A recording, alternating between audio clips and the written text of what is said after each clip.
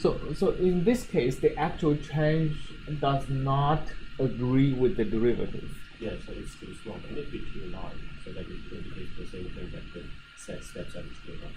This actually says the step size is too large. When the step size is too small, your finite difference should actually agree with the derivatives. Yeah, right. So this says the agreement is too good, which means the step size is too small. This is saying the agreement is too bad, which means the step size is too large. I mean, because you say agreement is too bad, because it simply means the actual change, the big delta V, big delta S is too smaller, is a lot smaller than PVD.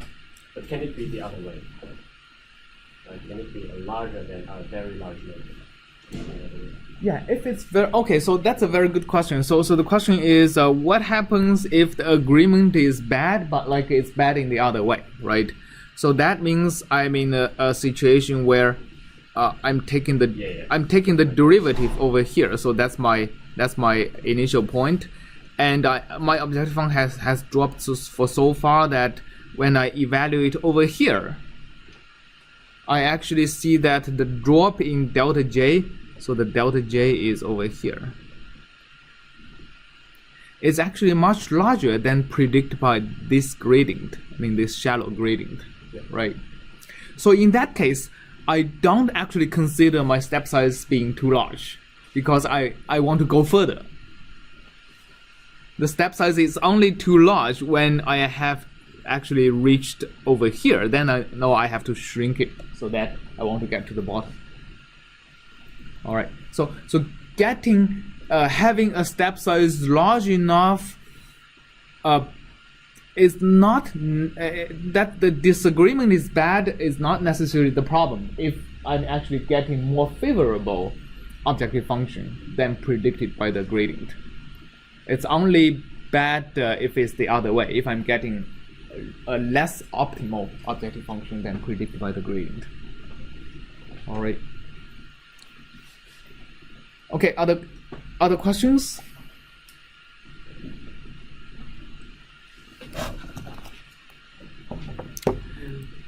Yes? What if we have multiple minima? Good question. What if we have multiple minima? So the line search, this line search algorithm is not going to guarantee finding the best minima. There is a clear distinction between what's called a global optimization and local optimization.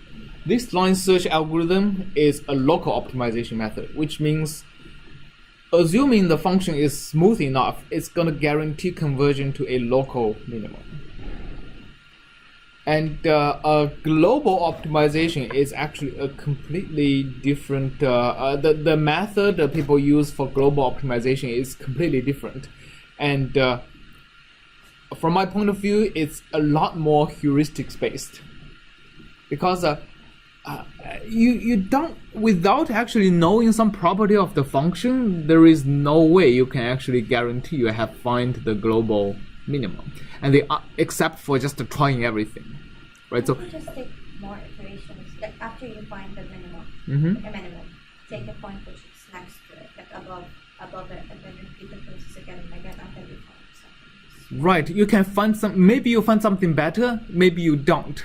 Right, but you always don't know if there is another region in the parameter space that if you start from there, you actually get a better result. So global optimization is more or less about a more heuristically better way of trying things. So it's not as it's actually in particularly in case when you have a lot of design variables. Doing that is usually too expensive for engineering purposes.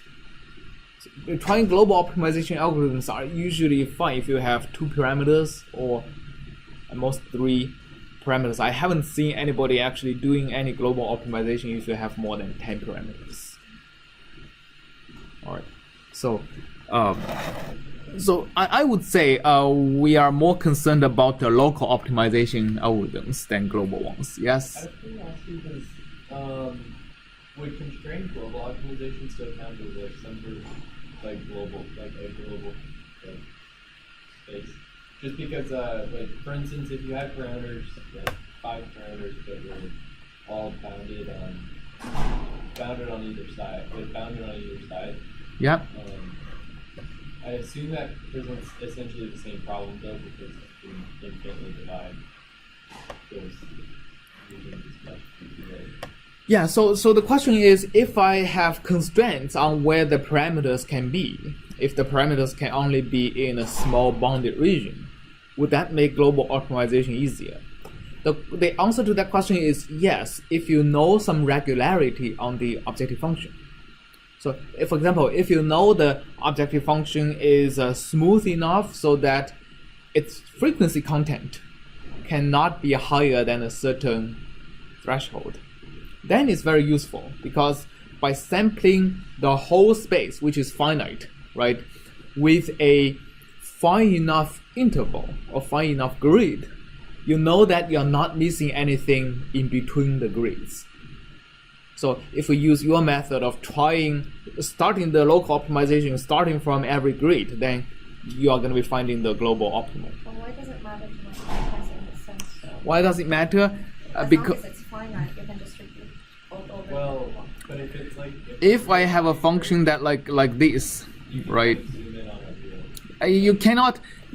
it, If I have, actually, so there is a famous example of like why you can't do global optimization if you don't know anything about the objective function. You have a perfectly smooth function, except for there is a small gap where like the objective function drops by a huge factor. And without knowing, is it possible for the objective function to have a gap like this, or where the gap might be? It's almost it's very unlikely your algorithm is to actually going to discover that gap and find the global optimum here.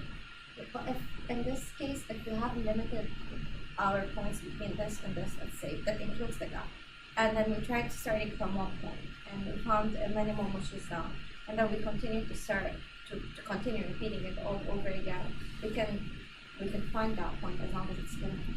Yeah. If you had It would take longer time, but we can, if it's doable, it's not, Yeah, it's Yeah, if you had limited points, you could just try all of them. Like, you could very well try all of them. But, like, if you were at least the context that I was wondering in, was if you had, like, a finite area, real value function, which, like, you could never zoom in, or, like, you could never sample it finely enough unless you knew something about what you mentioned about the sampling. Yeah, so you never know how fine you have to sample. So the question is, you don't know where to stop, right? So if you sample, if I have a core sample, it looks like the function is quadratic, and you may want to stop here because you know you already find the minimum over here. And only if you know the function might have a sharp like gap somewhere, you will just keep sampling it. But again, you don't know when to stop, because you may not know how small this is. It's like a brute force algorithm. Yeah, global optimization is almost always a brute force algorithm of basically trying everything. And as you can imagine, in one dimension, having this small gap is seems to be a solvable problem. Now think about a 10-dimensional space. If you have this kind of a small pinhole in a 10-dimensional space, how difficult is it to actually find that? It's almost it's very difficult. So global optimization actually in lower dimensions it's actually a doable thing. In higher dimensions, still there is no good ways to do it. Okay, so most engineering problems concerns high-dimensional optimization, and local optimization is what people have been doing. So pretty much the kind of a global optimization is relegated to the task of human brain. So kind of conceptual design phase, you come up with a design that is, if it's a new concept, you kind of design it in your brain, and that serves as an initial condition, and you just want to use your computer, use the mathematical model to find a particular design that is close to your initial concept. That's as good as possible. All right, so having computers to come up with conceptual designs is not something we know how to do efficiently yet.